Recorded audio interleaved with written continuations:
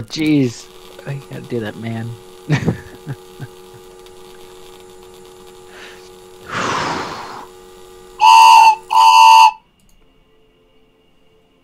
Hello, welcome back to the Inforunners. This is episode 36, I think it is now. Yep. And we've got one special guest that we haven't seen before, and another two that are starting to hopefully become regulars.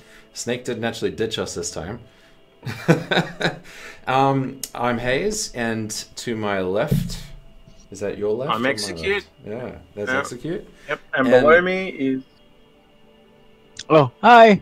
My name's Snake. I hope you enjoy seeing me again. I know. Taking a little break. Sorry, I was like, oh crap, who's that? Oh, whatever. And to the left we have Red, White, Yellow. Good day, I'm Red, White, Yellow, yes. Mm. And Captain, you've all heard it, and I'm mildly afraid of it. And today we had big news, a big letter, and probably the biggest item in the news is PTU is now live. Ah, so awesome. Finally, the NDA is dead. Yeah, we got our emails. I got an email, and I think even, sadly, I'll just say this in advance, Dyson got an email as well, but he got the email, but he's not got the PTU signed up. But we've all started downloading it, and we'll see what happens real soon. Shame about Dyson though, but I think they sent emails out to everyone, is what we're hearing at the moment, and not everyone got through though. So hopefully they fix that. It's a bit of a debacle, a bit of what do you call that? When they Indian giving, is that the old term for it? Yeah, it's indicative where they give you a gift from like, oh, well, let's take that back now. Yeah. And you're just like, oh, okay. Yeah. It happens too often. I'm sorry. I'm too used to it. Yeah. They also sent out a concierge email a little bit before that, and there was some really cool tidbits in that. So we're going to talk about that as well today, I think. Is there anything other things that we want to talk about? Kind of like this is kind of like a contents of what we're going to talk about today. Anything else you guys want to talk about? Yep, there's the concierge certificate that backers Wing Commander and above can order at the moment. But there's a As far as it's an actual physical sheet of paper that you can order and they'll mail out to you. It's free as well. Oh shit! That's I awesome. didn't read that bit. No, neither did I. What? It's like, you know, what are you supposed to print it out and then frame it? As far as I know, that's what they're going to do. I think they're just going to mail you a pretty piece of paper that has your name and thank you on it. Well, I suppose you could put that concierge black card in the frame of it and No, but have them both framed on Is the it wall. is it for concierges, or I thought it was like for people who like spent like, I think it's like the completionists of the Wing Commander at least? Yeah. Is that how it works? Yeah, at the moment it's Wing Commander and Completionist. As far as I've heard, they're also planning to release tiers below that as well. Oh, okay. Yeah. Gecko asked, PTU is live for everyone right now, and I can't download it.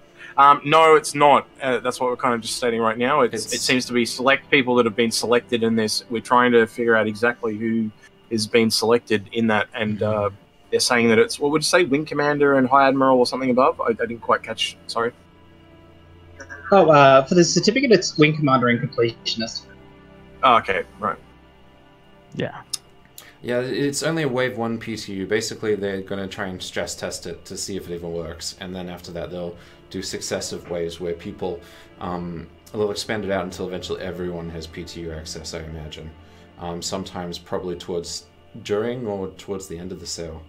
Because if you have a buggy server that's not working properly and you give it to everyone, it's just a mess. So they're going to start with a few people and then expand that out. Because they didn't give the PTU for testing, they gave it to show people off what 3.0 is like. It's sort of like a taste test. So, you know. Yeah. They did mention it, like that they were just gonna, that unfortunately, I guess it was a different kind of system that they were working on a new one, because like literally he was, I think it was Levette or someone was saying him and two other members were literally manually adding individual people, and then they were trying to work out a script. I heard rumors on that as well. And then finally it was like they worked as much as they can, then I guess they're gonna continue giving it to the rest of everyone tomorrow. So like, it's unfortunately it's still a majority of people who definitely didn't get it, but they're still most likely going to get it soon. So it's a nice little Thanksgiving gift. Not showing a PTU right now because most of us are still downloading the client for that. But maybe tomorrow. I've got 5 days off. I'm definitely going to be doing some playing and showing off some 3.0. So we'll see if we can do that. I'll happy to get on with you and we'll play some. The big news there as well is the release of the Delta patch that we're able to use. So once you have got that downloaded, updating it has been really easy. That's what I've heard. So it's not going to be as vicious as PTU has been in the past, hopefully. Yeah. I know this is probably going to be the last one. It's still going to be a large download for if like you're not an Evo and you're still getting it. But after this, it's probably going to be just the normal what you're used to. Oh, little, get a patch here and there, not just the whole freaking game. So a lot of people with like data caps and it's just a headache for everyone pretty much, I suppose we should go over the email they gave out the concierge. I mean, no harm in that. That's not under NDA. No. So, like, they gave a dates for the anniversary sale, but they also gave dates for the sale of the Idris and the Javelin. Red, do you want to take that away? Oh, was that sorry?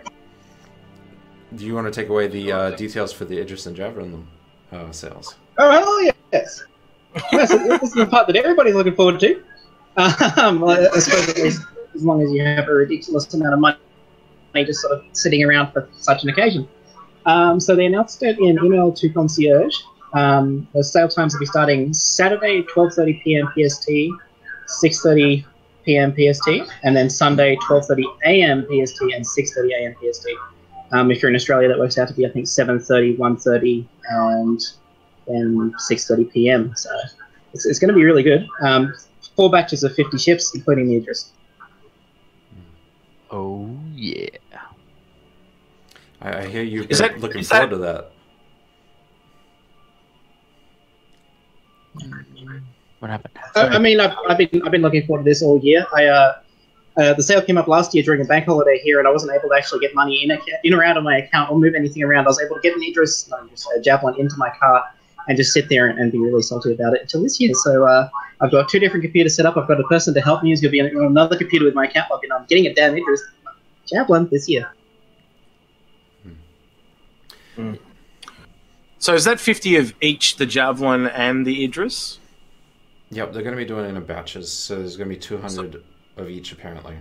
So the 200. Okay. Oh, yeah. The way I read it was 100 of each because there's only 2 time slots. No, there's 4 time slots. There's actually 4. Oh, really? 2 per day. Oh, interesting. Because on the newsletter, the concierge one, it only lists 2 of them. Really? 6:30. Oh, no. No. They're 4. Sorry, I've read it wrong. I see it now. There's 4. It's okay. I mean, clearly you're not, unless you're planning on getting one. Like, I mean, if I wanted that, I'd freaking study the crap out of that and be like, all right, specific time. But I mean, it sucks because it's like, it's very odd times, but I don't know, depending on, and I mean, unfortunately, like everyone around the world is probably going to be sitting around on those times, but. Well, they're looking out for Australians this year because, it's basically all daylight hours during Australia, so. Oh, yeah, that's right. Yeah. Nice. Well, I'm happy for you. I really am. Before it was like late night and early morning type releases, and it was like, staying up late to get those Idris and Javelins. I know I scored 1 of each last year, and it was not much sleep for me. Yeah. I was gonna say, I don't remember, but last year didn't they like launch a lot more or release a lot more? Well, we don't know because we're not sure what they're. It's been pretty consistently. Yes, Javelins. No, I think they only sold around 200 last year, didn't they? They sold originally 200 on the first time they ever did them. Javelins is something they want less of. I'm actually surprised they've done 200 again this year. I do know they do consistently about 200 Idrises every year so far. I think it's more that there's less Idrises for sale because they have oversaturated the market. They knew that last year. They had a huge amount of wall-bound Idrises that just did not sell. It's the combination of the Armada pack and the separate Idrises being sold. I think it's just the point that from previous years and this year, everyone had saturated their demand for Idris, and so yeah, it's sort of a bit overdone. So I'm not surprised they're selling in equal numbers because there's obviously the demand for Javelins last year was not saturated. And it was proven to be extremely popular, and they sold out in less than minutes. Yeah. Oh yeah. And it's funny because I think at some points the javelins were selling quicker than the Idrises, and I was like, Yes. doesn't make sense. It's because they've been on sale as much. I think they only ever do them like every second year, where the Idrises has almost been consistently every year, for a longer period of years as well. Maybe because they've also almost finished the Javelin and the Idris, they're all pretty much ready, so they're getting in these sales before they go sort of live. Speaking of, do you think the prices were going to change again? Like, they might put it up another $100 for each one? They did that last year. That's also possible, but, like, here's a question for you. What price do they go to when they actually go live? Like, does that mean the Javelin becomes a $5,000 ship? Maybe. Yeah, that's what I was thinking. Exactly 5K. That would make sense. That's crazy. I mean, we all should be expecting at least a price jump on this sale, considering, you know, they showed off the Idris, so it's like, oh crap, you know, that's definitely going to be something people want. I mean, I'm hoping not. It's already going to be $3,000 US. You know, add tax onto that for Australians and currency conversion rates around the world, and it gets bad quick. That hurts. That really hurts. I should be expecting. I really think they're going to put the price up on that Reclaimer, because it's flight ready and it's ready to go. I'd be fairly surprised if they didn't put the price up on the Reclaimer. I'm not so sure about other ships. It's, you know, I can't guess. What are you thinking? What do you think the price would possibly be when it goes flight ready on the Reclaimer? Add 50%. That's been pretty. Every time they've increased a ship by, let's say, like the 890 Jump or the Starfarer or a number of other ships, they always increase the price by about half.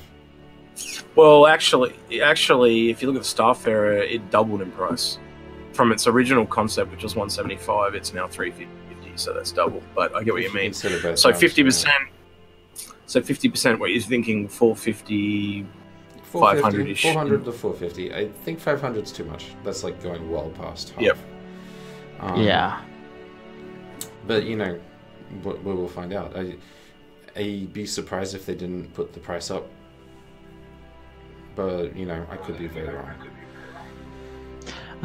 Yeah, I mean, again, it's all speculations. I mean, like, even just them saying, hey, you know, we're going to release, you know, 200 basically of each, like, you still don't know, are those going to be war bond? Are those going to be credit? And it's like a same, you know, those are two different prices that we're going to be looking. So it's like, is it half and half? They'll probably be just war bond at this point. I'm especially with the way they're going, that they're trying to recoup costs or money at this point. That seems to be the way they've gone this year. Yeah, I'd be happy to be wrong in that regard. They don't make any money on Idris and Javelin sales when they do store credit. So like those war bonds were really successful last year. And mind you, 4 out of 5 ships last year was it 3 out of 4 were war bond, and there's only a quarter that was actually allowed to be store credit at all. So you know, I'm pretty sure they're going to copy that. They're going to do that again. One of the other things that was in the newsletter was the announcement of the Anvil Hawk, which we've been previously calling the Pisces because that's what we knew it as. But I actually think from the image today, it pretty much confirms what we've been saying. I think it very much looks like a snub craft of some description that attaches itself to the Carrack. Hazel, would you be kind enough to link that in chat so people can see the image we're talking about? Yeah, I'll go for There's it's in the show notes. There's an image that we're about to link you. Someone photoshopped the image. It was only half the ship. So what they've done is they've flipped it, and it looks like the full version of the ship. So we're going to link you that, and you can see what we're talking about. But I think it very clearly doesn't seem to have any guns on it, if at all. Maybe one at the front of the nose. It has 3 guns. Just so you know. 3 guns? Yes, Yeah, you can see the one at the very nose and the 2 in the back. They don't look very big. Like, these look like ones. Yeah, and it looks very light. That's what I mean. The whole ship looks like a snub, in my opinion. It looks very light. What are your guys' takes on it, then? I think it's a very small ship. I think it's too lightly armed to be a fighter.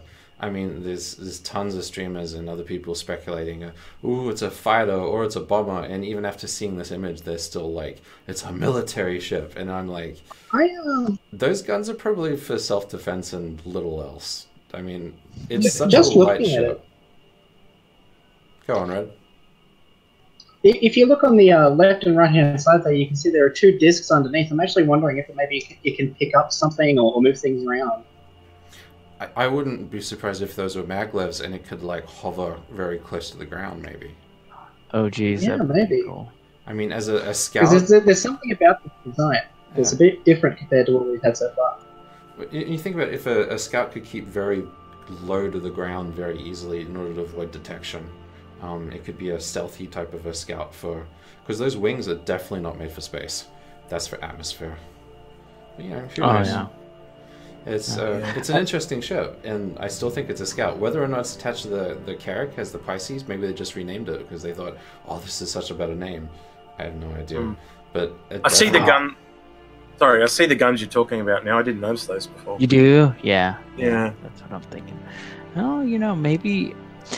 Okay, now from a engineering kind of a perspective, I mean, the only way I can see, I can understand the point you were saying, like maybe it's just mainly for atmospheric flight. Like they really accent like the spoilers on the end of those on the top of the wings, because those look like speed brake almost. Probably under that will be the ailerons, which control the roll, and then the very top wings, as you can see, those are like rudder vaders, or basically help it, you know, go up and down and left and right as well. So that's very accented. So from that standpoint, you know, look at it at a bunch of different angles, I can understand the atmospheric thing.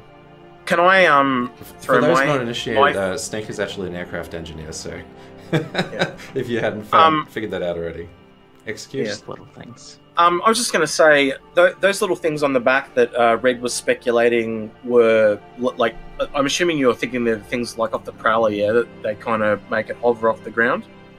Red? That was Hayes. I'm actually thinking there may be some sort of crane system, or... Oh, okay. I'm not 100% sure. It looks almost like they could grip onto something. This is my speculation. I think they rotate back down, and they could possibly be landing wheels, and then the wings themselves, the black ones, can fold back, so the whole thing can fold up. So if you rotate, imagine that those flat things are kind of like wheels. I'm not saying they are, but let's just say for my argument they are. Yeah, if they then rotate back like this, and then the wings themselves could then fold from back here, back across the top, and then the whole thing kind of is like a nice little neat package. I can see that. I mean, unfortunately, like, I mean, you only see this from this one angle. You speculate so much. So. That's correct. Yeah. That's the point. That is the point. Yeah. It's got. You can see flaps and that on it, so you can see things are definitely wings. But until we get a better look at tomorrow. Well, if it was like a aircraft that could pick stuff up, let's say that there were clamps or magnets or some sort, I guess you'd either pick up cargo or maybe small land vehicles. I don't know. Could it be the tugboat that was hinted at? That would explain the wheels, maybe, but I'm not sure. Yeah, but it's still like, if it's like, then maybe just for space, because I'm assuming if it's for atmospheric, as far as tugboating and carrying something, it would have to have some beefy, like, downward thrusters of some kind, you know? VTOL engines of some sort, you'd think, wouldn't it? Mm-hmm. Also thinking about red, white, and yellow's kind of speculation, it does somewhat remind me of, you know, those cranes that, they're called a sky crane? They're those helicopters that are orange, and they're just like a cab at the front and all empty at the back. Yeah. I can kind of look at that and see that, in a way. And there's some kind of thing that clips in between those two, what we're calling wheels at the moment. But, yeah, it could be something of that nature that picks something That's up. what I'm thinking, Yeah. Interesting, but that said, though, it puts it into the same realm as the Argo, and the Argo does exactly that. So I'm inclined to say, no, it's probably not that, just based on the Argo. But, hey, I'm happy to be wrong. They're also a military manufacturer, so I look at military stuff and I go, exploration or navigation of wormholes, it would fall under the military jurisdiction. Yeah, so, I don't know. The Terrapin... The wings are like, they're not attached in the center towards the cockpit, like they could fold out and move to a different direction. Either that would be folding up as a snub, and the back looks like it folds off and does something else as well. What if those were wheels? What if this is like a transformer? They look like they... Yeah. Well, that's why when Execute was describing that, I was thinking like, yeah. transformer? What if it actually can land and be a vehicle? That makes so much sense. Like, you know how you were talking about when we did the other show, and we were talking about what if this could go through the entire solar system, when it goes through the jump point. What if this can actually land and drive on planets? Yeah. So it's like a vehicle and a ship in one. It's a possibility. It definitely seems like it has a transformation animation of some sort with all four of the wings. I mean, it seems to have the joints and the connecting bits for, yeah. The links. I think it can carry the links.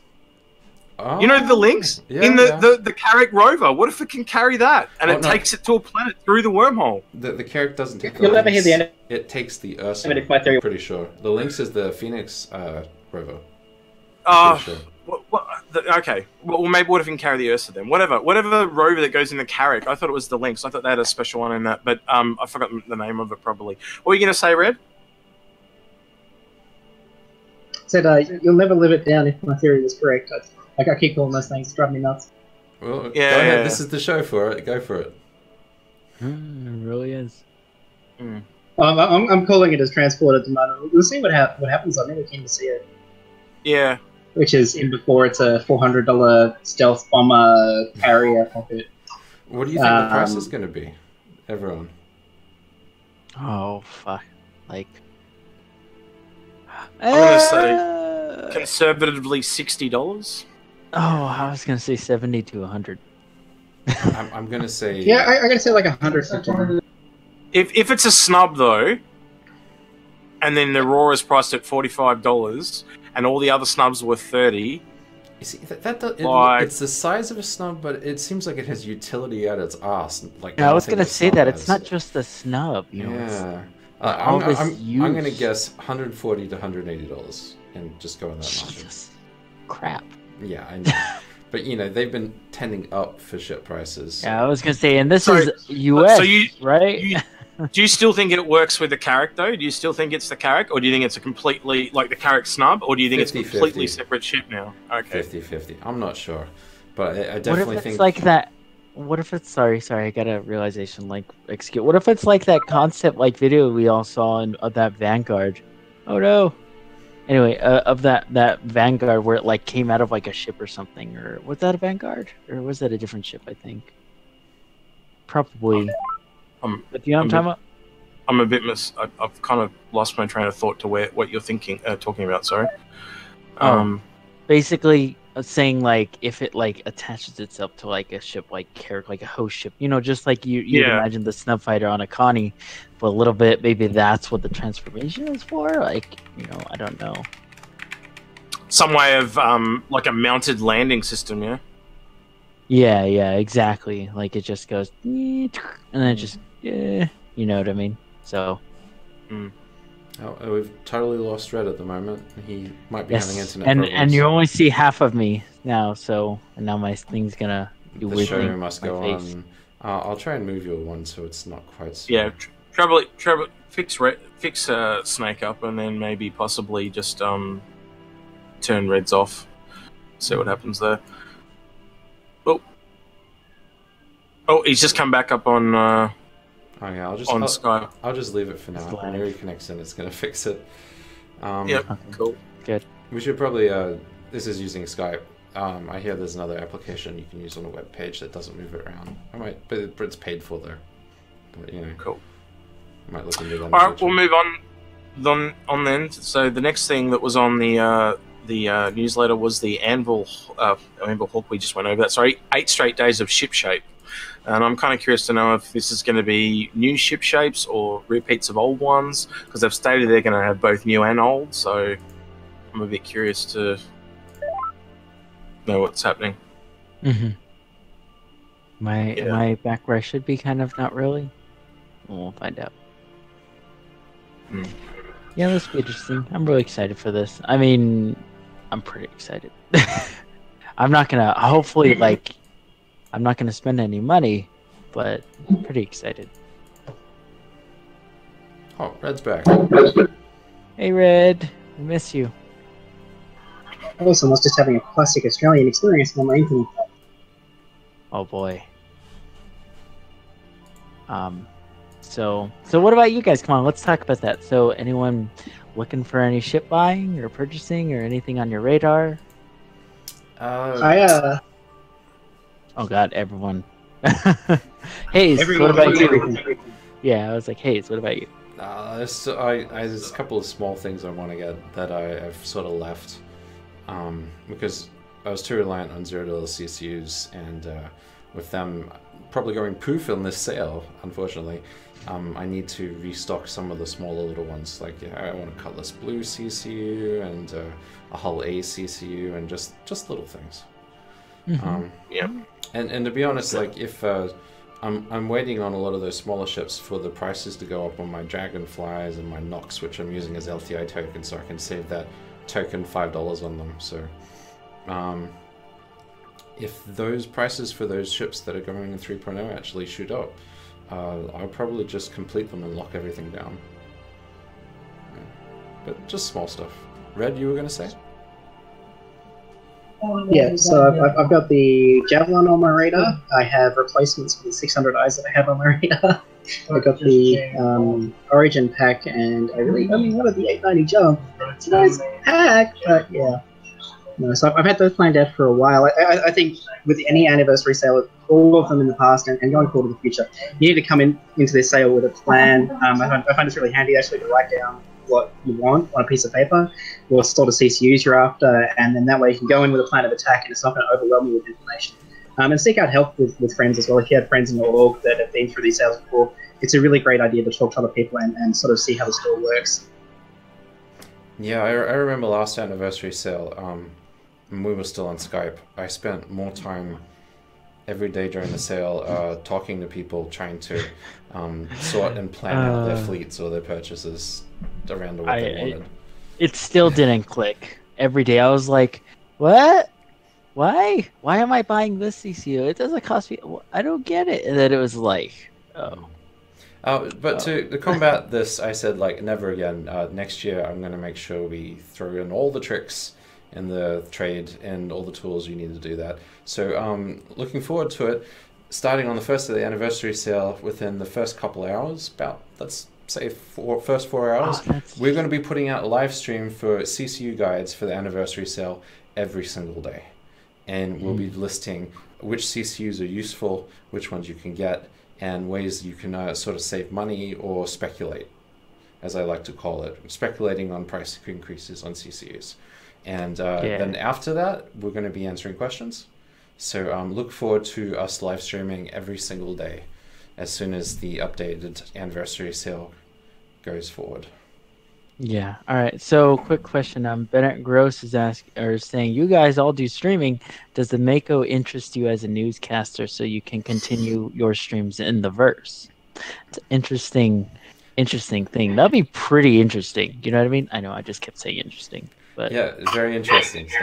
I've got one CCU for the Mako. So I think we can say Snake is interested in that ship. I'll leave it at that for me. Yeah. I mean, I'm not particularly interested because, again, my fleet is very focused, like military focused, and then there's a 600 eyes. So that's basically the odd one. But so I personally want to get it, but I mean, I guess that'd be kind of cool, like just, you know, doing your own thing, having a guy just specifically his job, and he's getting paid for it just to record and get that damn good footage. I think it's going to be a popular ship, and the unfortunate thing is I think the gameplay for it is not going to be around for a while. So even after the ship first comes in. But in concept, yeah, absolutely. It's one of those ones you want to org to have a couple of, just so they can show everyone what the hell they're doing. We know Echo, our org mate, is very interested in getting one. He already flies around in his Reliant that's actually already a Mako, but he just flies around practicing in his standard cargo variant. One other thing that was on the newsletter I wanted to talk about real quickly. Actually, no, there's a no. Yep. Happy hour to select what Drake ship goes next into the game. So happy hour this week. There'll be. I'm curious. Does that mean they've got a couple of concepts for us to pick from, or are they going to do it straight from scratch and we work out what we want the ship to do and be? They must have a couple of concepts because they're not going to, randomly create one on the spot. I think it's a bit disappointing though. I didn't want to see another Drake ship so soon. I wanted some of those other manufacturers to get a fair go.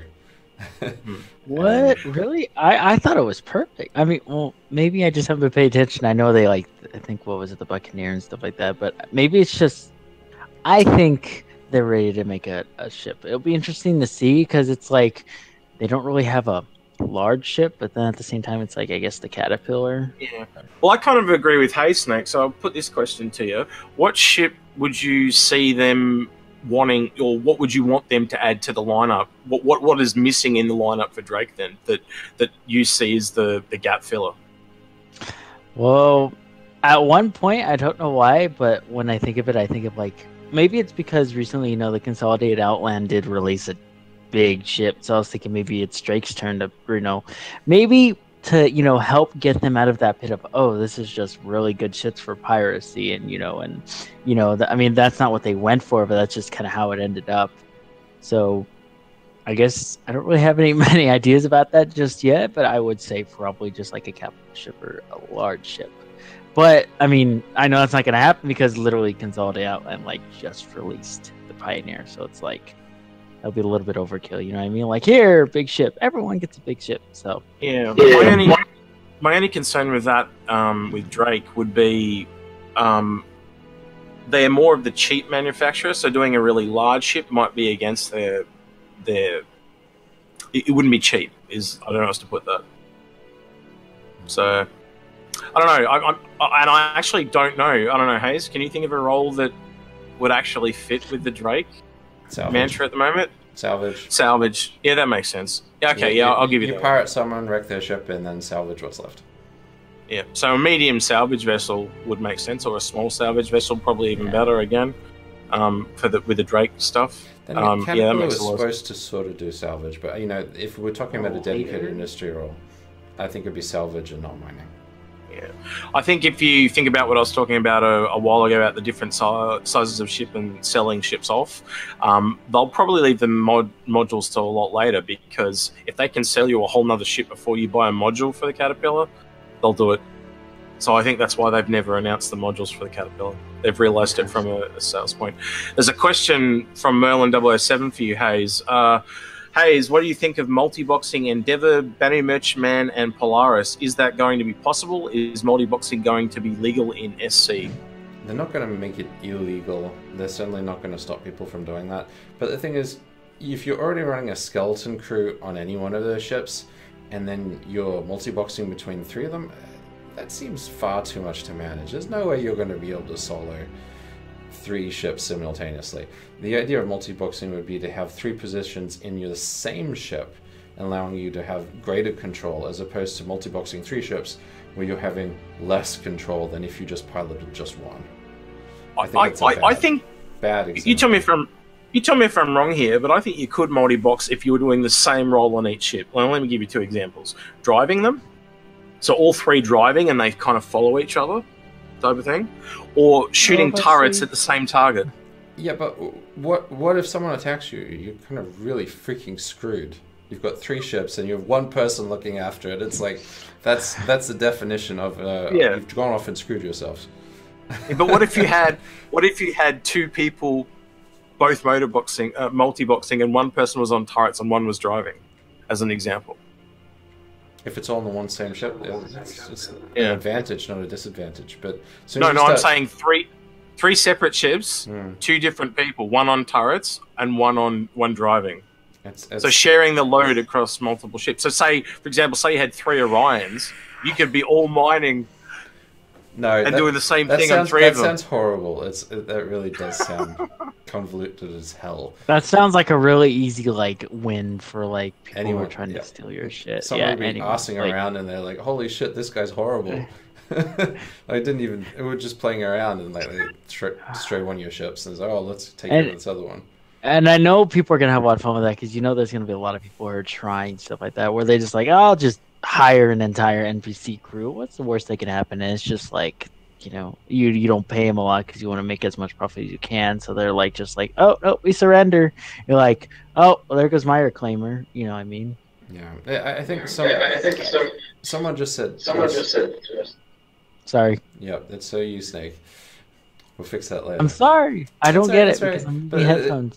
Multiboxing is not about exploiting. It's about multitasking. It's not about you doing more. It's you're managing several different things at once. It doesn't give you a huge advantage. It's just if you try to spread yourself thinner because you think you can multi-box, you're actually going to do worse no matter what. It's not the solution or the hack or something that some people in the chat seem to think it is. It's an aid, and that's about it. Yeah, definitely. We've got someone that's showing the chat that's a bot. I love it. Oh dear. Anyway. That's awesome. Merlin says, I have to agree with Execute. You would be able to choose a role, say an easy role, and let NPCs, he's meant to say, control the other things. Yeah, that's possible as well. I think so, anyway. I don't know. Yeah. I just want my fleet to be as efficient as possible. So I want the most, people, human beings in the most amount of, at least positions and job as possible. I mean, yes, that's going to bring a lot of issues, and you're not going to have everyone on at a given time. But I'd rather have maybe a 2 to 3 ratio of humans and a 1 to 3 of NPCs, maybe, or just have the really important roles filled with the person, and have NPCs just do the rest, the shit show. There you go. Yeah, I think NPCs are going to have to be pretty proficient at whatever they do, considering they want 90% of the universe to be NPCs. So I can't see any reason why you can't have them on your ship doing anything. Yeah. We'll have to. I mean, it's going to be a big universe. There's going to be a lot of people. So it's you're not going to run into people unless you're looking for them, or it's your friends or whatever. You're like, oh yeah, let's all end up here. But of course, when there's those forks where everyone files through this area, yeah, you're going to meet a lot of people. And the fact that they're also talking about the server mesh, or the server web, I think it is, that's so awesome, in my opinion. So, awesome. Just going back to the PTU release, Snake, you're feedbacking. I'm sorry. Yep. Just with 3.0, do you think this is particularly rushed? They've disabled features that they know are full of bugs, just so that they give you a taste of 3.0. Honestly, I'm not sure it's ready for PTU. I think this is them playing. Make us happy before the sale type of thing, and I'm thinking the same thing. Yeah, which is odd because, is there something about this sale that they need the extra oomph to, placate people? I don't know. Yeah, I understand, especially from your perspective, because you already been dealing with all the bugs and everything in Evo, so you probably know a lot more than I do. Or I haven't really been playing just recently. It's been a while. No, you haven't. It's horrible because you got this available to you, and I'm like, no, you don't know anything. But yeah, no, I was reading a lot of people. Oh, you're not the only person, Hayes. A lot of other people are thinking the same thing, and I have a feeling it probably is a little bit, but I guess my issue is I just have a lot of faith, unfortunately, and hope for SIG. They're the ones that are still, behind the wheel. It's the best I can do is just support them on what they're doing, no matter what any of us. We can, help them along the way, but it's they're driving the bus, and we're all on the bus with them. So I'm just hoping they don't crash. Okay, so Bernard Ross makes a excellent point. He says, I think they wanted exposure during the holidays. Word of mouth is their best marketing. How many people are going to a Thanksgiving feast tomorrow when someone has access to 3.0? I got to agree. They wanted 3.0 for their big sales. They wanted 3.0 for the hype, to draw people in, to buy during the anniversary sale. And they didn't get it. And you're completely right. By putting 3.0 out to PTU, it's going to give it that hype, that surge, bring people into Star Citizen during the anniversary sale, because frankly they've got not much to show other than the recent Gamescom and anniversary sale. So you're right, it may have been very much a marketing ploy. Yeah, it seems that way to me, and it also probably will carry over to the, how they always sell cheaper Auroras around Christmas time. So going off to a oh man, I forgot the name of it. What is it? Good what do you call it in America? Sorry, I've just forgotten the name of it. It's like What are you talking about? What? The thing that's on tomorrow. Good graces. Oh, What do you call it? Friday? Thanksgiving? Which one are we talking about? Thanksgiving. That's the one. Thanksgiving. Going off to Thanksgiving. Yeah, Thanksgiving. And we don't have that a lot in Australia. I know Hayes does because his folks are American, but most Australians don't have that. So I don't know. I do get this feeling that CIG does think very American, but I wonder why. Globally, I think if you think globally, it's more about getting people kind of a bit happy for the sales coming up, especially if they're devoting 2 weeks to the sale. They'd want to have some kind of draw card, and streamers will naturally be streaming the PU, so that'll bring more interest, and then ship them off the website, and there'll be a whole heap of on-sale ships. I mean, I can't make a lot of accusations yet because I haven't touched 2.0 yet. So I don't know like how rushed it is, or maybe it's like, yeah, it's still needs a little. But I mean, I'm expecting that, like, because I'm still expecting this live release not to be up until like maybe the beginning of January, you know, at the least, the soonest. This is interesting. Now that they've said PTU, are they going to maintain PTU access all the way until full release into the, you know, PU? Like, how are they going to maintain a PTU branch and an Evocati branch? Yeah, they've done it before. I can't see why they wouldn't do it again. Yeah, someone just mentioned someone else is streaming. What the Fuckosaurus is streaming 3.0 now. But I was gonna say a lot of people are. Yeah, it'll be you'll in the next. I was even saying that before we started. I said I bet you there's people already streaming it. So, yeah. I think the only other thing that was left on that newsletter item was they're talking about doing some exclusive stuff for concierge backers, and the first type of thing that we're going to see in 3.0 is they're doing an exclusive skin for the Claassen Warner Arclight 2 pistol, and there's an image for that. If you want to chuck that in chat, someone, that would be sweet. And as you can see, it's some kind of old-fashioned skin for that version of the pistol with gold accents. It's not that particularly brilliant, but they've mentioned a few times they're going to be doing more exclusive stuff for concierge members. I think was it a top hat and monocle at one point? Yes. For the hangar. Anyone who's concierge, they wanted to high admiral level, which is only $1,000, I believe. They wanted to. Wait! In order to get this, I did. Yep. So you're probably going to get it, Snake. Anyway, you want to say hi? After 3.5 weeks of concierge support ticket waiting, because they were really backed up, I finally did get a token to get a concierge black card. So if anyone is really despairing because they've been waiting for over 3 weeks with a ticket to try and get their hands on one, or if you haven't already done so, you know, it is possible to get those concierge. You should, yeah. You're not the only one. There's a lot of other people who like said like, oh, by the time they woke up, it was gone, or just something. And yeah, they basically like, all right, here, it's available for you. So it's definitely something you want to look back on. I still think they want to keep that limited, and I also again feel like it.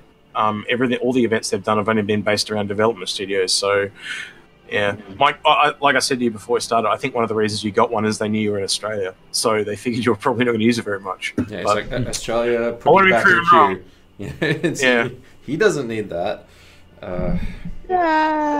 Where's yours execute? I know you have one. Yeah, and Snake actually went to one of the pop-up parties. Oh, so is this going to be a topic? If you're allowed to, or comfortable talking about I don't see why I can't. I don't see why I can't. Yesterday, I went to the pop-up party for the LA studio, and you're right. I mean, it was literally like 2 blocks away from the studio, and oh, that's nice, Red. I like that one better.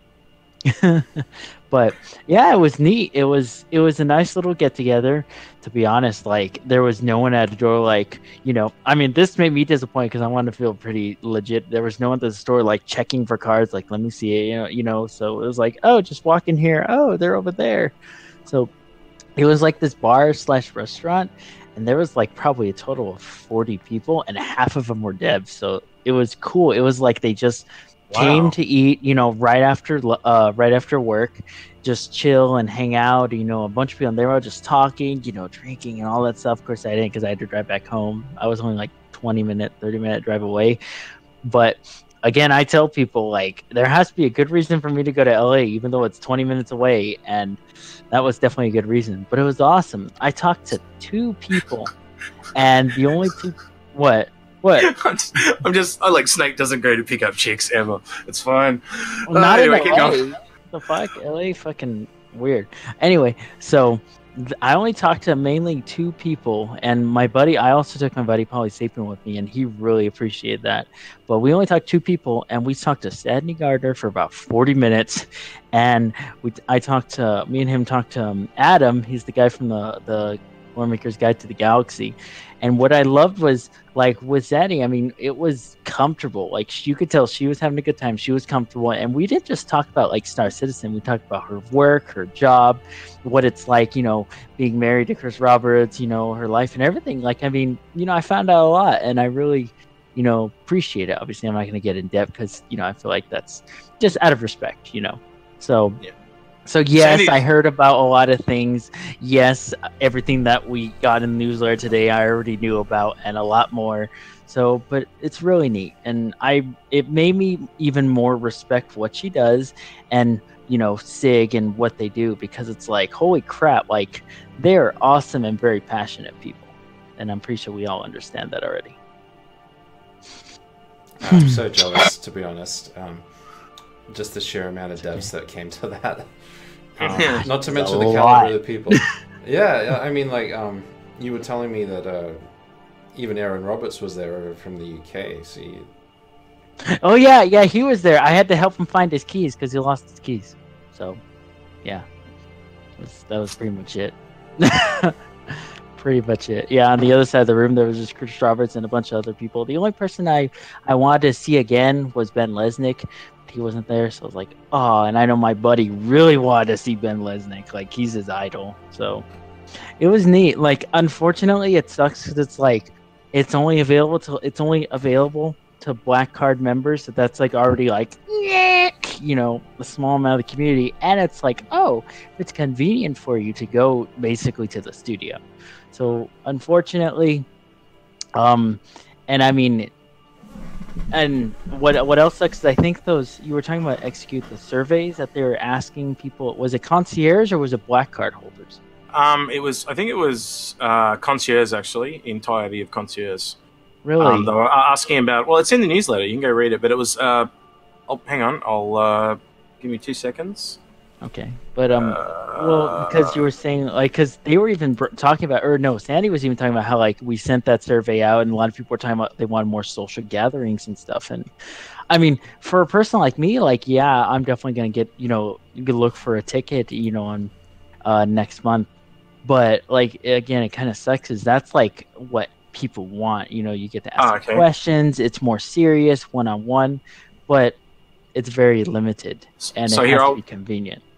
I'll read what it says here. So it says, concierge event poll results. Thank you for helping us choose what kind of special event we will have next year for the concierge. We tallied the votes, and the winner was intimate event at the LA office with tour. The event will begin on Friday, May the 4th, with a tour around the LA studio. This will be followed by a sit-down and Q&A with Chris Roberts and key devs from the Star Citizen team. In our commissionary fun activities and catered diner. Interested in attending, we'll be providing further details on how you can get a ticket next month's concierge newsletter on December the 20th. Okay. All right, yeah. They said it's gonna. I mean, for a ticket for something, I told Hayes and he made it like, oh, it's chump change, but I mean, it's probably gonna be a couple $100. Which to me, for a ticket to something, is a lot. I'm just saying, like, I will never go to Disneyland.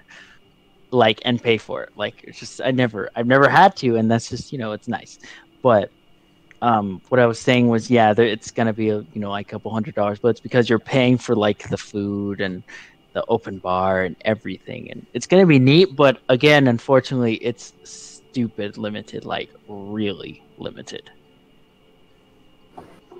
So when are they gonna put those up for sale? December 20th is when the newsletter will be. So yeah, but the event is still on May 4th. So I mean, Hello. And you reckon they're going to be fairly expensive? Do you? They are. She said they are. So they are. Cool. Yeah, that's pretty much it. I mean, yeah, a lot of people, good time, drinks. Yeah. All right. Well, I've I've got to head off, so I think we should wrap this up. Yeah, if I that's think all good with everyone else. Yeah, we it's good covered fun. everything we It's wanted fine to with say. me. I mean, unfortunately, I'm gonna have to start playing 3.0. Shit. Damn. Have to set you up to stream it. Oh, jeez. All right, then. Do you want to do the usual spiel, Hayes? Yep. If you have any questions you want to ask us further, the place to do that is in the YouTube comment section. We do read all your comments, and the four of us here will definitely make sure to try and respond to any of those questions. Don't forget to like or subscribe if you haven't already liked or subscribed to our YouTube channel. And as always, we will catch you. Wait. I drew it. Wait. One more question. What? Sorry, Merlin asked if NPC/AI will be able to occupy all ship routes, and will we be able to give them commands? Would that make multi-boxing a huge benefit, controlling your fleet? I think that's different. The whole idea behind multi-boxing is it's not giving you huge advantages. But I guess if you have two ships, you got to understand, if you're controlling two ships through multi-boxing, you're doing half of your attention to one place and half your attention to the other. You are disadvantaged, not advantaged. But if you multi-box, let's say on a ship that's parked and you're setting up a bazaar and you're just selling stuff on a planet somewhere, while you go and move another ship around somewhere else. And so one is not time. You're free to focus on the piloting, but when you have your free time, you can micromanage your stall or sell some items. You know, that's an advantage. But trying to actively run two ships that are in flight or together running as a group, that's a horrible idea. It's like half-assing it. It's like Skeleton Crew plus. It's not a good idea. That's like the one guy who just buys a javelin and thinks he can just, all right, and roll it. Let's do it. Yeah. You know what I mean? Well, yeah. If you wanted to say like pilot a javelin and then you wanted to multi-box and just use that one turret, you still have the advantage that you can focus on one of those things while the other one is slightly like javelin has that waypoint system. You can generally keep tabs on the how the javelin's flying while focusing your main priority on turreting. That makes sense in that description. We're trying to do two complicated roles and control NPCs over two ships. That sounds like a recipe for disaster. All right, I've really got to go. So, anyone that wants to tell me what they think the new Anvil ship is, the Hawk, please leave in the comments below because I'm really interested to see what other people think, especially about our discussion earlier. If you think you know what it is, tell us. We'd love to hear it. Cool. Yeah. Whoever gets it right wins a cookie. LTI cookie with LTI. I will hold you there. Yeah, it'll be stale and rice, but it'll be LTI. Does it have LTI if I eat it? Yeah, that's what I mean. you get to shit it out and eat it again. Yeah. You claim it on insurance. Lifetime cookie. You just promised me. Oh, jeez. Yeah. All right, guys. Fly safe, and I'll see you soon. We'll see you Bye, soon. catch you around. As soon as the sale starts. Yep. Yeah. So tomorrow probably we'll be back tomorrow for another live stream. Mhm. Adios. Bye. Bye.